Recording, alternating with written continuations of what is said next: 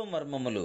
సహోదరుడు భక్త సింగ్ గారి అనుభవములో దేవుడు ఆయనకు బయలుపరిచిన దైవ మర్మములు.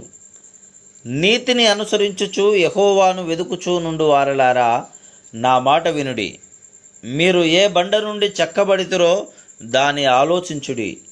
మీరు ఏ గుంట నుండి త్రవ్వబడితురో దాన్ని ఆలోచించుడి. మీ తండ్రి అయిన అబ్రహాము సంగతి ఆలోచించుడి. మిమ్మును కనిన శారాను ఆలోచించుడి.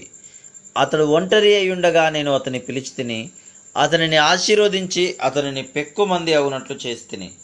యెహోవా సీయోనును ఆదరించుచున్నాడు.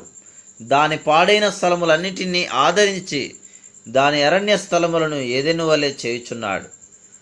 ఆనంద సంతోషములను, కృతజ్ఞతాస్తుతియు, సంగీత గానమును దానిలో వినబడును. యెషయా గ్రంథము 51వ అధ్యాయము 1-3 వచనములు. 25వ శిఖరము. పైన చెప్పబడిన బండ యేసు ప్రభువే. 1 కొరింథీ 10వ అధ్యాయము 4వ వచనం. మన పాపముల నిమిత్తము మనము పశ్చాత్తాపపడి ప్రభు అయిన యేసుక్రీస్తును మన రక్షకునిగా అంగీకరించినప్పుడు ఆయన స్వభావములో పాలువారమగుదుము. 2వ పేతురు 1వ అధ్యాయము 4వ వచనం. స్వాభావికముగా మనము పాపులము. రోమీలకు రాసిన పత్రిక 7వ అధ్యాయము 18వ వచనములో పౌలు సాక్ష్యం ఇచ్చినట్లు దేవుడు మనలో ఏ మంచితనమును కనుగొనలేకపోయెను. మానవ మాత్రులముగా మనలో మంచిదేదియూ లేదు. దేవుని దృష్టిలో కూడా ఆత్మీయముగా మనలో మంచిదేదియూ లేదు. దేవుడు తన ఉపయోగార్థమై అంగీకరించుటకు తగినదేదియూ మన జీవితములో లేనే లేదు.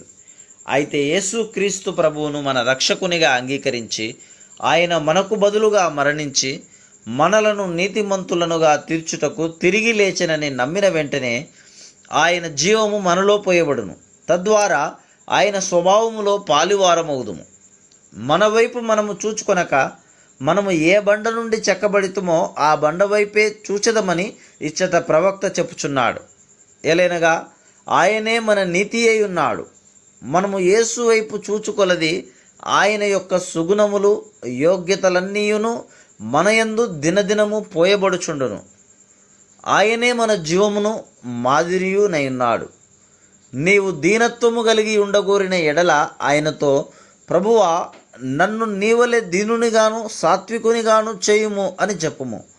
నీవు శత్రువులను ప్రేమింపగోరిన ఎడల, తండ్రి, వీరేమి చేయుచున్నారో వీరెరుగరు గనుక వీరిని క్షమించుమని చెప్పినప్పుడు నీవు నీ శత్రువులను ఎలాగూ ప్రేమించితువో అదే ప్రేమను నాకు అనుగ్రహించుము అని చెప్పవలను.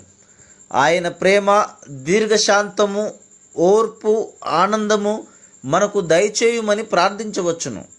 అప్పుడు ఒక దినము మనం ఆయనను పోలియుందుము. ఆ జీవముతో పాటు అమర్త్యమైన మహిమగల దేహమును కూడా మనకు అనుగ్రహింపబడును. 1 యోహాను 3వ అధ్యాయము 2వ వచనం. ఓ ప్రభువా, నా బలహీనతలను, లోటుపాట్లను జయించుటకు నీ జీవము అధికముగా నాకు దయచేయుము అని ప్రార్థించుట ద్వారా మనము జయశాలుల మగుచుండుట కనుగొందుము.